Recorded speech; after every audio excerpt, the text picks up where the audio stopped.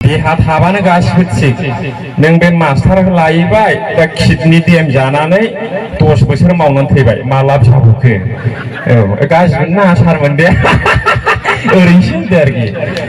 खिन्थु बल जोग्राफोरनाव थैजासिम बेमार जाया ना जायो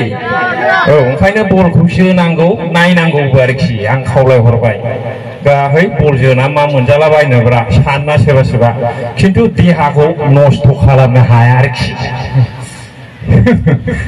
दा ओंखायनो बयबो बल जोनांगौ एक्सारसाइज खालामनांगौ सानसेयाव 1 घन्टा एक्सारसाइज खालामबा बैसोआ माबा सानथाम बारायोनो 1 घन्टायावनो नंगौ जुदि 1 घन्टा प्रेक्टिस एक्सारसाइज खालामनायावनो सानथाम बैसोआ जुदि बारायोबा सानसेयाव 1 घन्टा खालामबा सानथाम बेसेबां बारायगोन नंगौ नाङा ओंखायनो एक्सारसाइज खालामनांगौ आरोखि आंनाबो खालि बेदर जानाय गाइखेर साहा लोंनायल' जाबोबाय थाबाय नालाय सिबना दा एसे नस्थ' जाबाय आरोखि दा ओंखायनो आंबो एसे बल जोहांबाय आरोखि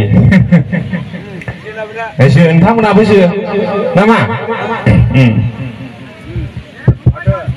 गान खनसे हेल'